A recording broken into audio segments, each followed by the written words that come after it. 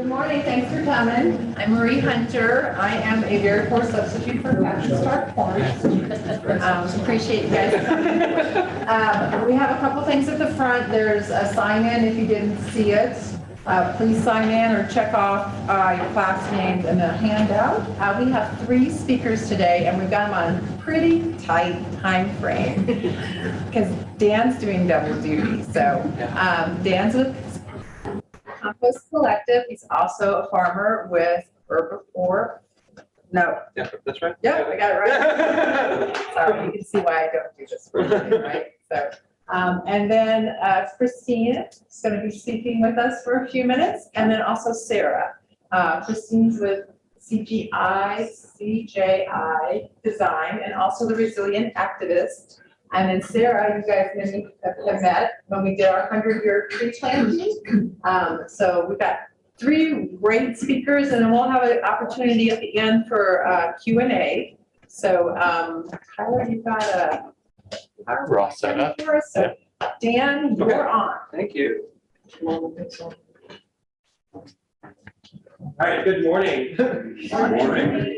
This is my son Solomon here. He's a little bit shy. He just had a birthday, and he's going to be handing out some flowers to you. Want to go hand them out? Yeah. I know. It's so scary. All right, so good morning. My name is Dan Furrier. I'm an organic farmer, and I'm here today to talk to you about food waste and composting.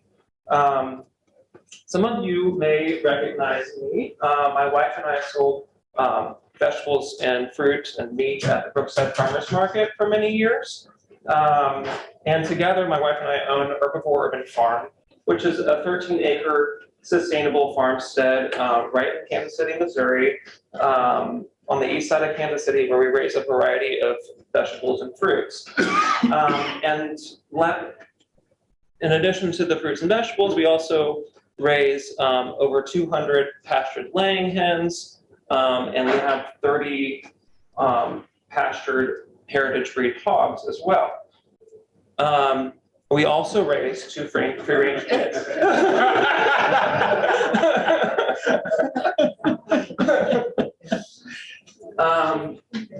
Last fall, my wife and I also became the owners of Compost Collective KC. And Compost Collective KC is a food waste recycling service that collects compostable materials throughout Kansas City area for Kansas City households. Now, before I continue, I'm going to put everyone on the spot a little bit. So raise your hand if you currently compost your food waste. Excellent. Okay, of all of those folks, who compost their food waste at home in your own backyard? Okay, so a bunch of you. And then how many of you are using a service like Compost Collective KC? Okay, fantastic. So for those of you who are already composting, that's awesome, good job. And for those of you who are not, that's okay too, because that's why I'm here today. Let's see. I'm actually just here to tell you that composting is the single easiest, most impactful thing that you can do to curb climate change and save resources. So I'm just going to say that one more time. Composting your food waste specifically is the single most impactful thing that you can do to curb climate change and save resources. It's a big, big deal. So that's more than buying an electric car or putting in solar panels. Those things are great too. But composting is really low-hanging fruit. We can all do this, you know. It doesn't cost a lot of money. It's really easy, and it has a big impact. The reason that it has a big impact, I'll give you a few statistics to help you understand the impact of putting your food waste into the landfill and down your drain, because that's really what we're talking about here. In the United States, by weight, over half of our household trash is compostable. And that includes not only food waste, but it also includes a lot of paper products, office paper, tissues, cardboard, pizza boxes, things like that, are all compostable. when we send these materials to the landfill, they don't break down quickly like they do on our farm.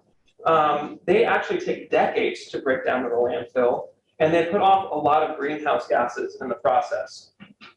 So the landfill, food in landfills accounts for over 8% of greenhouse gas emissions. Now, whenever I say that it's 8%, people are like, wait, you say 8%, not 18, not 80? Like, that's a really small number, right? So hang with me for a second, because the 8% that I'm talking about is the greenhouse gas that we're talking about is methane. And methane, although it's far less abundant in our atmosphere than carbon dioxide, it warms our atmosphere over 25 times more than carbon dioxide. So that 8% is warming our atmosphere so much more than the carbon dioxide would. And so it's a really significant, that measly 8% actually has a really big impact. And so that's why so many climate-focused agencies have said that composting food waste is a key strategy for curbing climate change. All right. So, but composting is not just about emissions, it's about resources. And I guess I'm old-fashioned, but I bristle at the idea of wasting something that's still useful. And so to me, this is a moral question. It's why would we put our food waste into the landfill when it could be enriching the soil and growing good food?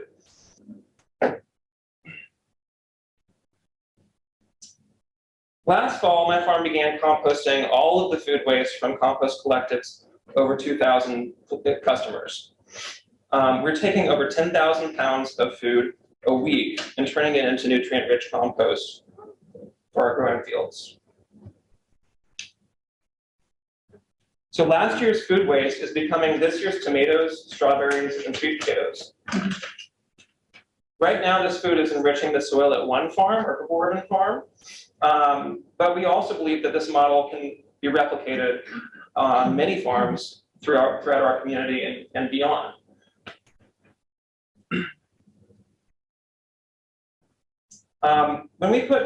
When we cycle this food waste back into the soil, we're also sequestering carbon into the soil. So it's not just the methane emissions, but we're also sequestering carbon when we put that carbon material back into the soil. Simple act of composting our food waste is returning it to local farms is not only growing more healthy food, but it's cutting those methane emissions in the landfills, and it's taking carbon out of the atmosphere and putting it back into the soil. So it's a ton of benefits out of just one simple act. So how can you get involved? For all of you that are composting at home, great job, keep it up. Make sure that you're doing the work of turning your pile frequently and having a good mix of brown and green material. Composting at home is a lot of work, and I don't recommend it for everyone, but I'm happy to connect you guys with resources if you want to start composting at home. You're doing a great job. So when you're composting at home, when you're doing it right at home, you're creating a great garden fertilizer, and you're having a significant impact on the environment. Compost Collective KC offers several services that makes it super clean and easy for you to compost, whether you're doing it at home or not, to have a positive impact on our environment. And I'm including the home composters here because we run a commercial composting service, so we can compost things that you can't compost at home. We compost meat and dairy, we compost paper waste, we compost compostable plastics. All of those things are things that we can handle in our composting system that you can't necessarily handle in your backyard. So we have actually customers that do composting at their home that might use our biweekly service or our bin swap service that I'll talk a little bit more about, that use our service less frequently, but they want to get rid of all of their compostable waste. So they're actually using our service to supplement their home composting. Here are some of the services that we offer. The curbside service that we offer is we do weekly or bi-weekly pickups for $20 a month bi-weekly pickup, $30 a month weekly pickup. We've got a team of 6 drivers that go around. They drop off your first bucket to you, our beautiful Compost Collective bucket here. They'll drop off a bucket to you, and you fill it with food scraps and other compostable waste. We swing by your house once a week or every other week, depending on your service level, and we dump your compostables into our trucks.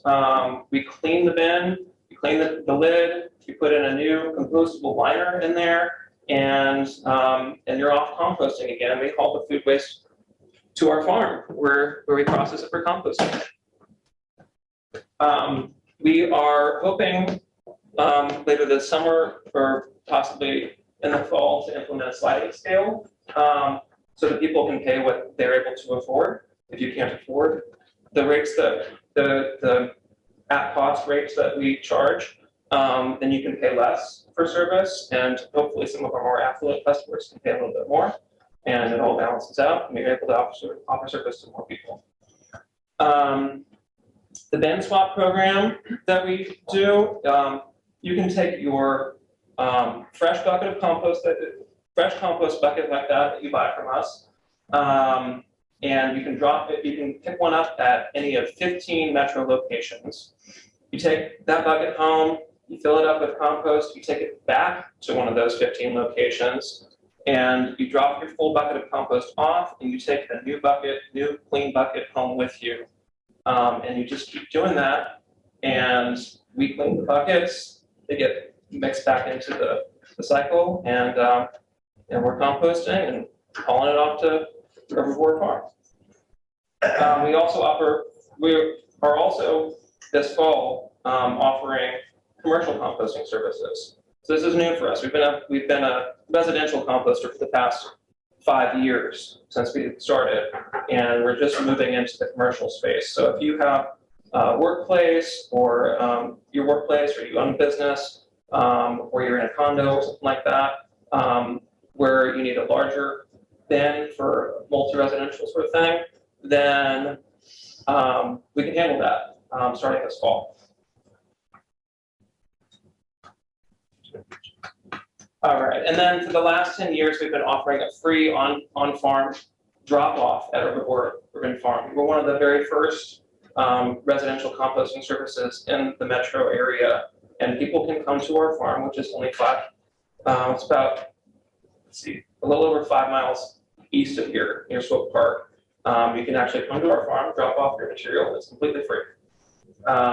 So that's another option.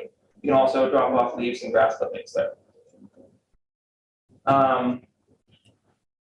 So I have a display table back here.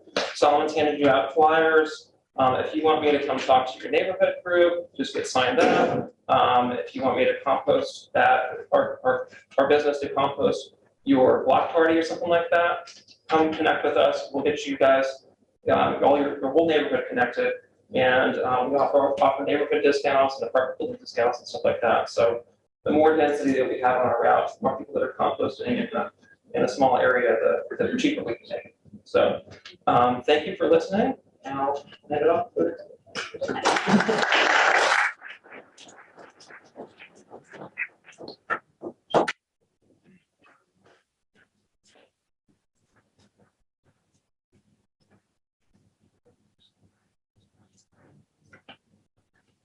Thank you. It's just as easy as it looks. All right, so moving forward is this? To the right. So right, okay, perfect.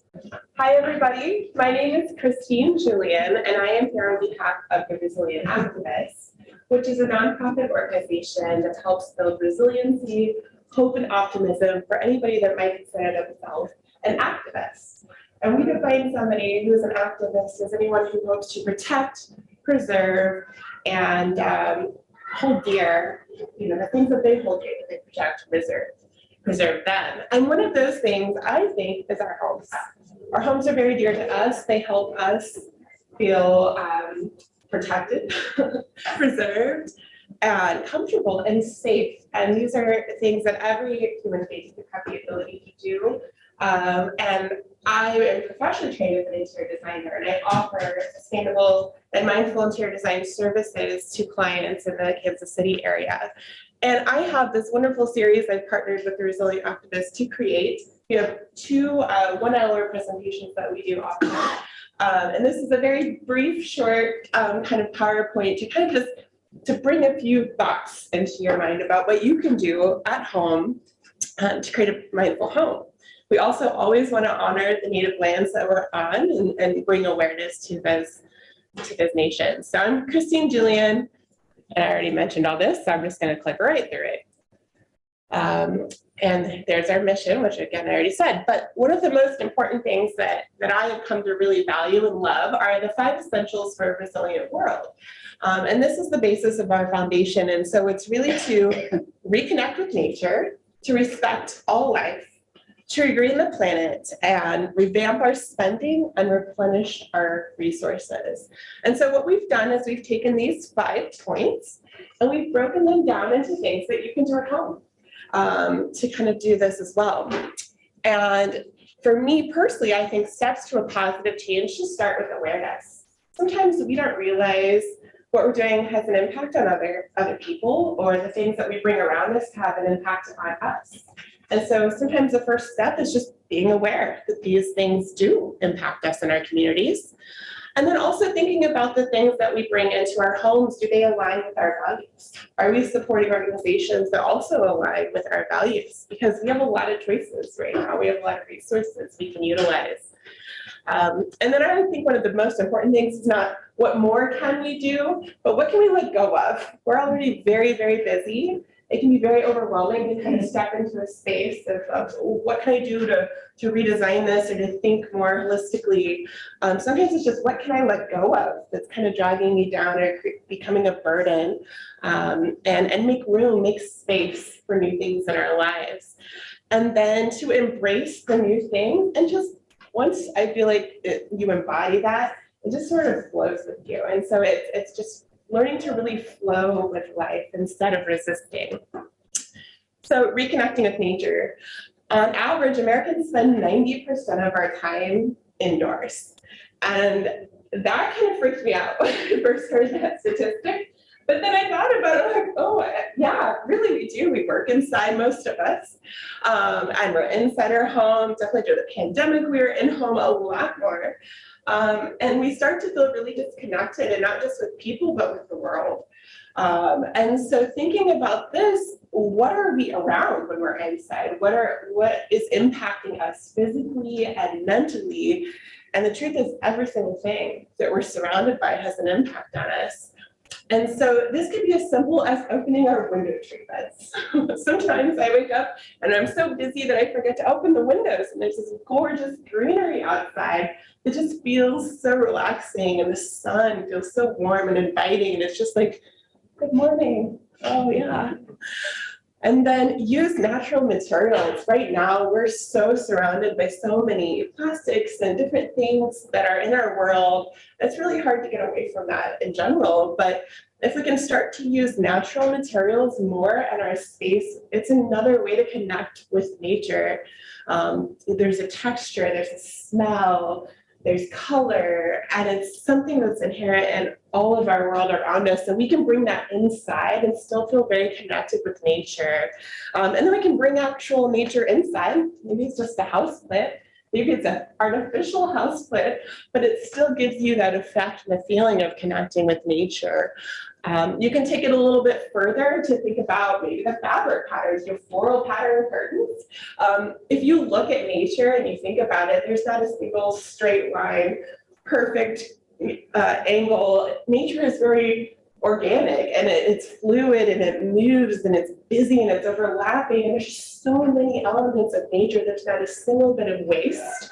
So if we think about that and we look at our spaces that we create, very straight, very sterile, there's not a lot going on. And so we start to think that sometimes eco-friendly interior design, people think of it as a certain style. You know, this is a very bohemian style, and it's just so very eclectic. And I think sustainable interior design can be any style that speaks to you. And that's very, very true. You can bring more natural patterns, organic shapes, balance, and light into your space. And then we think about respecting all life and what that means. It's not just people, but also nature and our communities. The things that we plant impact the watershed in our neighborhood, just all these different things to think about. And without getting overwhelmed by that thought, we can just think about where we're sourcing our products. What stores are we buying from? What organizations do they support? Where's the wood harvested from? Is it a responsibly managed forest? That's one of the easiest things I think right now to find is the FSC certified woods, and that protect habitats and allow new forests to continue. So we're not just consuming a lot, cutting down, because wood can be renewable, but it also has to be protected and taken and harvested a certain way. And then also protecting communities, making sure the people making the product were well paid, well taken care of. And then also just using more natural and organic materials do this inherently. And it eliminates toxins during production, use, and even reuse. And so what did it take for this item to get to me? Sometimes that sounds like a simple question, but we're so busy, we rarely think about that. And when you start to think about it, oh my gosh, this product had traveled halfway across the world and touched so many hands. That's kind of a powerful thing to think about. And what are our choices? How do the choices we make impact others?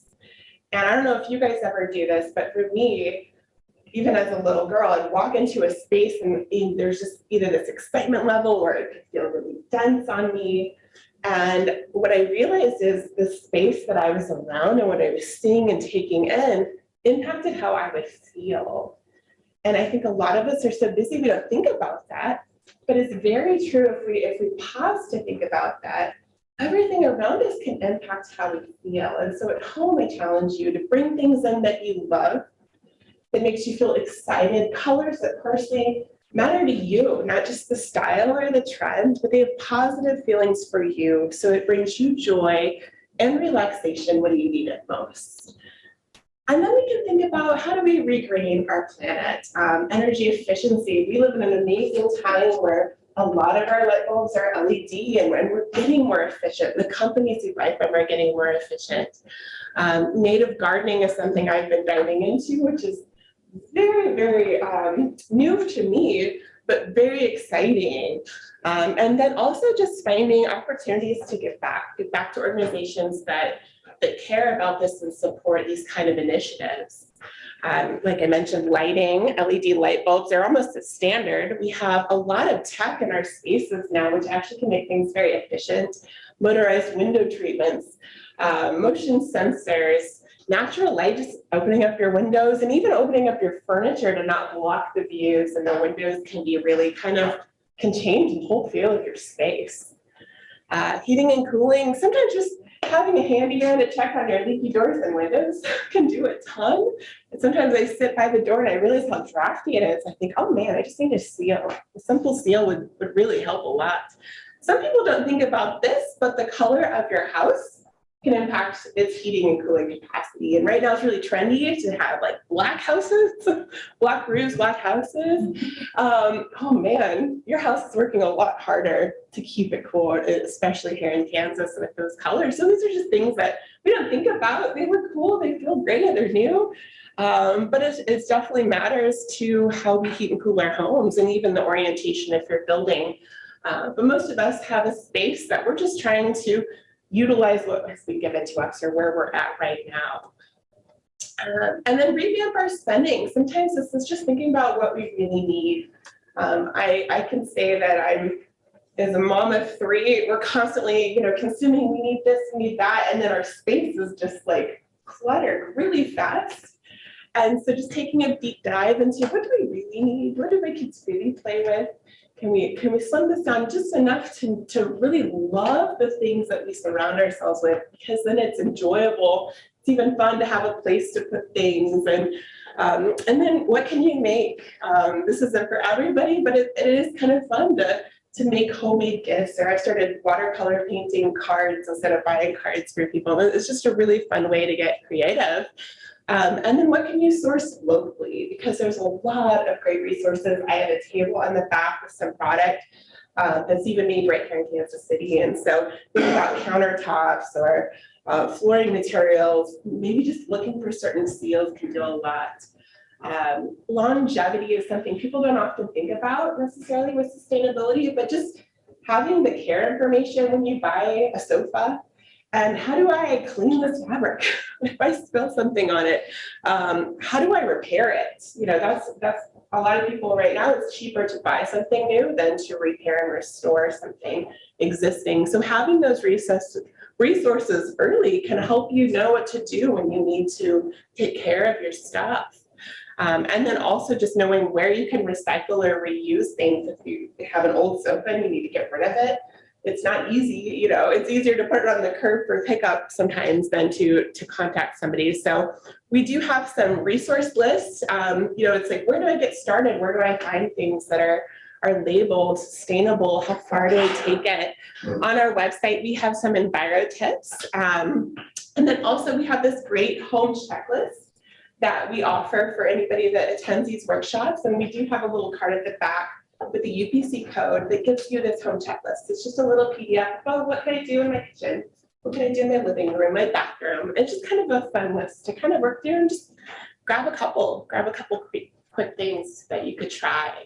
Replenish our resources. When you're buying new, look for items that might be made with recycled material content and rapidly renewable materials, wool and cottons and bamboo is great, but it travels a long way. Discarded leathers. There's some leathers back here that are actually a byproduct of the meat industry. So in a way, they are recycled and used this way. And they have declare labels, which is almost like a food ingredient label of how this was made and what product went into making this. And I think that's amazing because if you're a sensitive person like me and you break out in hives all the time and you don't know why, or your kids do, sometimes it's the fabrics and all the stuff that they're making cleanup faster and easier right now.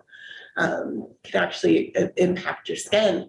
So, and then just looking for opportunities to give back and encourage and support those organizations that care about these things as well, and sharing those resources with your community. Sometimes just finding them is really challenging. So when you do, it's exciting to share those resources with everybody around you, and then talking about it. Oh my gosh, this antique was my great grandmother's, and I found this wonderful person who refinishes it, and it looks brand new, and it still works great. Telling your neighbor about that, they probably think, oh my gosh, I have this old desk that was my grandfather's, and I've never known where to take it. Can I have that name? And so it's kind of wonderful just to share the stories that you can collect of the pieces that are in your home. They become a part of your life and a part of your family. So this is our home checklist, like I mentioned. And we have a lot of great programs.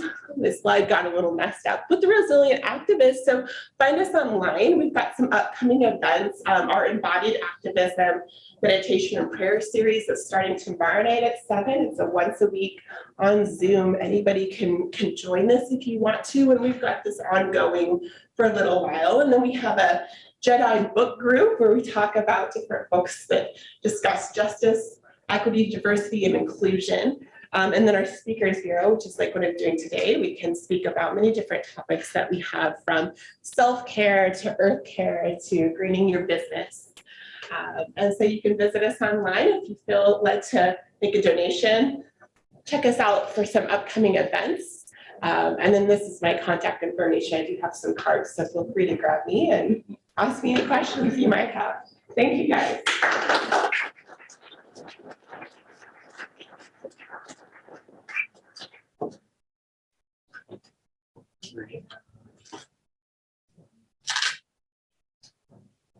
Good morning. Good morning.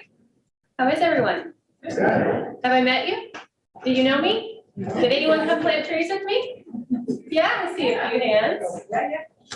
Well, thanks for having me. My name is Sarah Crowder, and I'm a senior program manager at Bridging the Gap. So Bridging the Gap, have you guys heard of Bridging the Gap? Yeah? Okay, I like to see the head nods. So we've been around 30 years, so I'm glad to know our name's finally out there, right? We work both sides of the state line, 6 to 8 counties. We have 7 different types of programs. If it's environmental, we typically have our fingers in it somehow, right? We do energy and water efficiency programs. We do recycling. If anyone's ever gone to any of the Kansas City, Missouri 3 recycling community recycling centers, that's our staff that has greeted you and or said, take that back. We don't want that. We also do green infrastructure, which are landscapes with a purpose is what I like to call them. They're landscape beds, typically planted along the street that take on stormwater rushing down the street, goes into these beds that fill with water and slowly releases and cleans that water back into our groundwater system. So we maintain about 250 of those beds with a workforce development group called Green Stewards in a couple areas. We do business networking. We have the Green Business Network where you can get together and talk with other business owners in the area about green things that you've done or ideas. They have a lecture series and whatnot. What else do we do? We have KC Wildlands, which is one of my favorite groups. They are restoring native prairies and remnant forests, meaning they're removing all those icky plants like honeysuckle, burning bush, garlic mustard, things like that that we've planted in our landscape, and oops, they've escaped into our native plants and our native areas. And because they grow so fast, they don't allow our native plants to regenerate and come back. So they're nasties. And so we take volunteers out to do that work. We have the Heartland Tree Alliance program, which is one of the programs I oversee. So I'm going to talk with you today. Can you guess what trees are, right? Heartland Tree Alliance, we're the tree program. So I'm an urban forester, certified arborist by trade. Most of my work has been in municipal and state forestry. And then I came over to the freer side of the nonprofit sector about 6.5 years ago. So let me just chat with you a little bit about Heartland Tree Alliance. I should mention that all of the programs with Bridging the Gap are done by volunteers. There's no way any of that work that I mentioned, we can't take those accolades without noticing and recognizing the wonderful hours of all of our volunteers to help us. So Heartland Tree Alliance came around after 2002. There was a really bad ice storm. Not sure if anyone was from, yeah, you guys remember. I wasn't here at the time, but I've lived through a few myself. I'm from Northwest Arkansas originally. So we had a lot of damage in the area, and foresters on the Missouri and the Kansas side got together.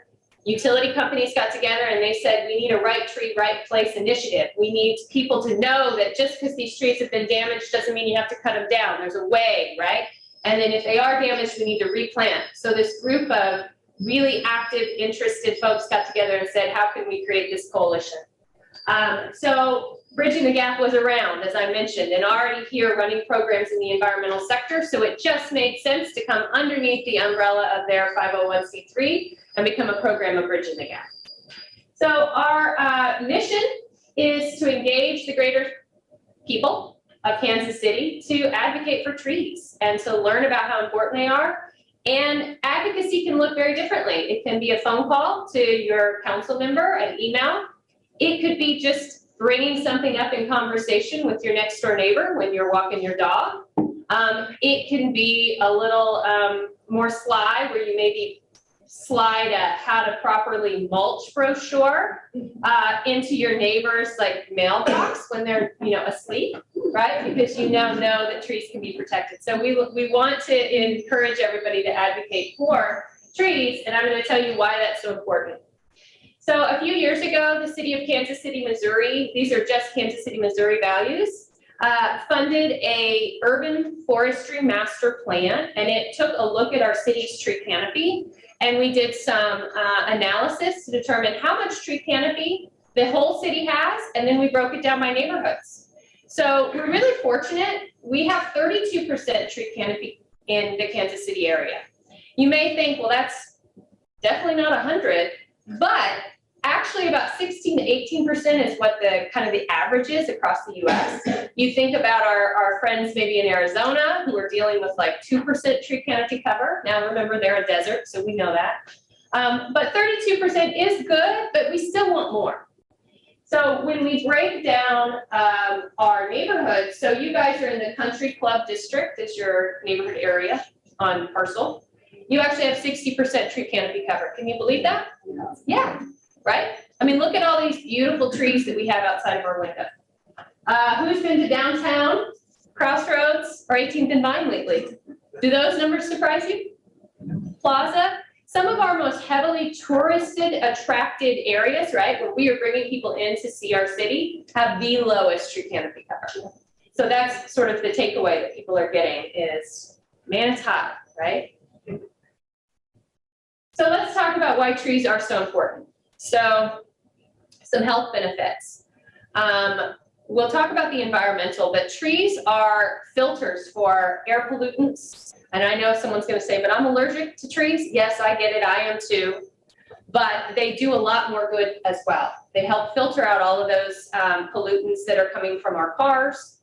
Planting them along street corridors can improve pulmonary health. Asthma rates are increasing in our nation. So trees can really help reduce that type of health issues. The other thing that was mentioned is opening your windows and looking outside and seeing green. So seeing that type of landscape, there's data that shows if you're in a rehabilitation or a hospital, you heal faster, right? And can anybody, who's gone on a hike lately and felt worse when you left the woods? What? What? Hay fever. Okay, I'll give you that one. My point is stress reduction is huge for your health, your mental and your physical health. Seeing green spaces out of your window reduces your stress. It makes you a better employee. So when we talk to our Green Business Network, we're talking about opening spaces up where your employees can see. People take less sick time. They spend more time, they're more productive, I should say. So there's a number of health benefits that trees can provide. What's that say? Oh, safety. Sorry, I had a glare. So safety, we do a lot of our tree plantings in neighborhoods. So trees planted along the street actually has been proven as a traffic calming device, and it technically slows people down. It's supposed to slow people down. And what I attribute it to is who drives really, really fast in a parking lot? I knew you were going to say yeah. Most of us don't, right? Because it's that, you know, that maybe that car might back out real fast or that kid might go running or something, right? And so you're a little bit more hypersensitive to what could happen. The idea is trees lining our street give you that same sense. And in theory, you slow down. Not all of us, but in most cases. Violent crimes and even lesser minor crimes like littering and vandalism, those are lower in areas where there's more tree canopy cover, okay? That can be attributed to more eyes on the street. If you have a wonderful place that you like, a front yard that's shaded, a sidewalk where you can access amenities that is shaded and enjoyable, you tend to spend more time outside. You might spend more time walking your dog. More eyes on the street can lower crime. So economy, when I'm talking with folks that might own a business or rentals, you can actually, data has shown, you can charge almost 7% more for your property in rental because of trees and landscape that you might have up front. Think about what our shopping malls now are. I remember the fake poinsettias and the ficus trees in our inside only malls. And what have we turned to? Open air, beautiful spaces where, okay, I was just gonna run in this store, but it's such a nice day. And this is, look at those beautiful geraniums. I'm gonna walk down here and I'm gonna go spend money at this next store. So there's data that shows giving people a place to hang out, a place that's enjoyable, that's shaded and beautiful, that they spend more time. I'm gonna put a bench right here so you can take a little rest and then you can go spend more money at the next shop. They're working us, guys, but there's a reason for that. So if you think about what our malls are like. Economy as well, jobs, are you kidding me? The green industry is booming and we need people. So we actually just started up the apprenticeship program because individuals, young individuals don't realize there is money in forestry. You don't have to go get a degree. you could own your own business and do young tree pruning, work your way up, and have a very successful business in forestry and arboriculture. So there's a lot of jobs as well. Environment. These are the ones that most people will know, right? They give us oxygen. My daughter even knows that. Carbon sequestration is storage of carbon, pulling that out. They can provide a number of benefits. Stormwater infiltration. I talked about the green stewards work where they infiltrate the beds, infiltrate and clean water. Trees do the same. They help stabilize our banks when we get these gully washing rains, and they hold that soil in. They, in theory, can keep a little bit of that basement water out, right? Because as it rains, that water attaches to the leaves and the branches, and then it slowly makes its way down to the ground instead of just a hard dump, okay? So trees are really, really important to our environment as well. So what we do at Heartland Tree Alliance is we bring together volunteers and we teach them and train them. And that's for those of you that raised your hand, you came to one of our work days, and thank you. You helped us get 100 trees out in the historic northeast of Kansas City. We planted 50 with y'all that year, or that day, back in October. And then we gave away 50 for people to take home onto their private property. The majority of our work is done in public spaces, meaning along the street or in parks, but private property is so vitally important, and oftentimes a better place to plant a tree because you might have more space. So I know that you look out the window and you drive here on Sundays or maybe more regularly, and you think, look at all these beautiful trees, but don't forget that species diversity, different types of trees, but also age diversity is very important. What happens if everybody's the same age? Trees succumb to life just like all of us. And what will be left behind, okay? So planting younger trees, we have people all the time. There's plenty of trees. Look at all these big trees we have. Yes, but what do you have that's going to replace them when they're gone, okay? So we do tree planting opportunities. We have a lot of metropolitan partners. Most of those are cities that don't have the staff to do young tree care, like young tree pruning and putting mulch around the tree properly, placing the mulch around the tree is really, really important for young trees. So we bring volunteers in to do that kind of work. We do children's education. We're working on getting some things online. We work going into schools. We hope to get back to that. We do this kind of thing. I'll come and talk your ear off, or whoever will stand in front of me long enough about trees, okay? So this is a group of our volunteers that just planted a tree. Can you see what they're spelling? Yeah, right? Okay. So we would love to engage with you at Bridging the Gap. We have a great events calendar. You can look at many, many opportunities. Lots of the programs I mentioned, as I said, are supported fully by volunteers. Heartland Tree Alliance, our volunteer work days are coming to an end. We'll be finishing up here the last part of mid-May, but we'll be back and planting hard starting in October. So please come join us, one person, 10 people. I have my contact information, and thank you. Appreciate it.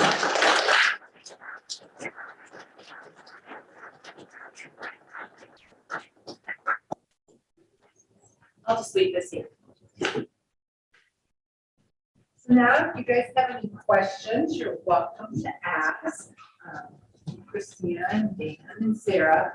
I also wanted to remind everyone, I know we've got the senior luncheon today and lots of other activities, but there's a little quick flyer of things you can do on your at home. Many of the points were points that were already shared, but there's also, we're going to be doing a reading of Catherine Aho's book, Saving Us. Krista Tippett mentioned her. You guys watched that or joined in. She's a climate scientist, an evangelical Christian, Canadian living in Texas. So she's pretty darn amazing, and I'm a total fangirl of her. So we don't have a date set, but if you're interested in that book, just sign up right there by the book. And if you guys have questions for our three speakers, I really wanted to say how much I appreciate you all coming. Yes, Dan? Yes.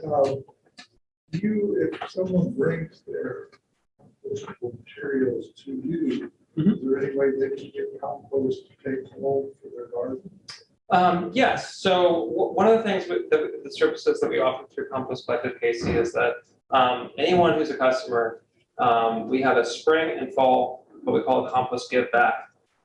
So people can actually receive compost for free twice a year just for being a customer of Compost Collective KC. Now, we don't just sell compost through the farm for actually just kind of silly Kansas City, Missouri zoning reasons. So it's the way that we have it set up with Kansas City. It's an agricultural activity that we're doing, and if we sell the compost, then all of a sudden it becomes a different deal. So unfortunately, we're not able to sell it, but we're happy to give it. And if right now we can totally absorb all of the compost that we're producing onto our farm and enrich our own soil with it right now. But if we get to the point where we can't do that, then we're absolutely more than happy to give it away. So, yes. I wanted to know, if we bring it to you, do we have to use one of your containers or do you No. make your own container? If you bring it out to the farm, you just bring your own container. More than welcome to use a compostable liner like that. Just make sure it's compostable. Paper bags and cardboard boxes without tape, hooded tape is also So you fine. want it contained, you don't want to just dump whatever it is in. It's fine to dump it in. It is fine to dump it in. It's a simple one. The question is about plastics. You said plastics, is it all plastics? Compostable And- plastics, things that are Yeah, certified 1, 2, or compostable. 5? No, none of that stuff actually. Those are recyclable plastics. There are Oh. there's a right, different- they are. range of things that are called compostable plastics, like this bag here. Right, okay. It says certified compostable on it. And some of the plastics that you might receive with takeout containers, something like that, if you flip over the container, if it says certified compostable or compostable on it, then that's something that you can compost. And you just mix it in with the rest of your composting? Yeah, absolutely. Mhm. Yes. I missed my delivery day before, and I drove it down to Southwest Traffic, but I don't know that that's where I was supposed to take it. Should I take it to the farm? Well, typically if you miss a delivery day, we can schedule either an off-cycle pickup. You can request an off-cycle pickup. There's a little bit of a fee for us taking the extra trip. But you can definitely do that. There's a number of different options. If you want to bring it to the farm, you're more than welcome to, but it would be the sort of situation where you're just dumping it in and nobody's like cleaning it or anything like that. So, yeah, go ahead. There are numerous toiletry articles, particularly toothpaste tubes, that have a symbol on it, looks like an infinity sign. And recycling them according to the instructions is a bit complicated. Yes. Do you all accept those materials? We actually do. We have a program that we participate in called TerraCycle. It's a national program where they take back. Specifically, we do the dental products like toothbrushes and toothpaste containers. Please don't rip that bit. So that's something that you can put out alongside your compost. They're not compostable, obviously, but you put it in a small container beside your compost, and then we'll take those and make sure they get to the right place. Also, Scraps KC, if you're familiar with them, over in the Roanoke neighborhood, they take a wider range of things, including like shampoo bottles and some things that are harder to recycle. There's right outside the door, right by the kids thing, there's actually little paper bags from the scrap KC. Nice, that's great. Awesome stuff on it. Right on the floor there. Somewhere. Down on the corner down there. Right where the kids. One of the rooms. Yeah, you guys have a lot of resources here. If you're coming here every Sunday, they've already got compost happening here. They're a compost collective customer. I'm used to doing presentations with a child planning on it. I'm used to doing a lot of things with a child planning on it. If you ever come to the Brookside Farmers Market while he was little, I would just constantly have him strapped to either my chest or my back while I was helping people.